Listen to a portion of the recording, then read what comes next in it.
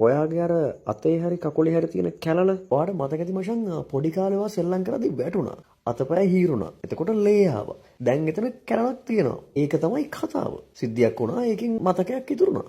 හරි. ඒත් ඒකේ අනිත් පැත්ත නම් සිද්ධියක් උනේ ඔයාට ඒ ගැන මතකයක් තියෙන්නම ඕන හින්දානම්. හිතන්න මචං. ඔයාගේ මුළු ජීවිතේම ෆිල්ම් එකක් වගේ. ඒත් ඒකේ අන්තිම සීන් එක. කියන්නේ ඔයා මැරෙන දවසේ ඔයාගේ ඔළුවේ තියෙන මෙමරිස් ටික මතක ටික ඒක දැනටමත් ලියලා ඉවරයි. එතකොට යුනිවර්ස් එක දන්නවා ඔයාගේ අනාගතයේදී ඔයා අර වැටුණ එක ගැන ඔයාට මතකයක් තියෙන්න ඕන කියලා. ඉතින් එයා කරන්නේ මේ මතකේ ඇත්තක් කරන්න ඔයාව වටන එක විතරයි. එතකොට සිද්ධිය කියලා කියන්නේ මතකේ සාධාරණීකරණය කරන්න, කියන්නේ ජස්ටිෆයි කරන්න හදන හේතුවක් විතරයි. එතකොට ඔයාගේ ජීවිතේ හැම දෙයක්ම ඔයාගේ සතුට, දුක, ආදරේ ඒ ඔක්කොම ඔයා එක්ස්පීරියන්ස් කරන දේවල් නෙවෙයිද? නැත්තම් ඔයාට කවදා හරි මතක් වෙන්න ඕන හින්දා දැන් වෙන දේවල් විතරද? එතකොට ඔයා මේ වීඩියෝ එකත් බලන්න තීරණය කරන්නේ නෙවෙයි. ඔයාට මේ ගැන මතකයක් තියෙන්න ඕන හින්දා ඔයාට මේක බලන්න උනා. පිස්සුනේ මචං.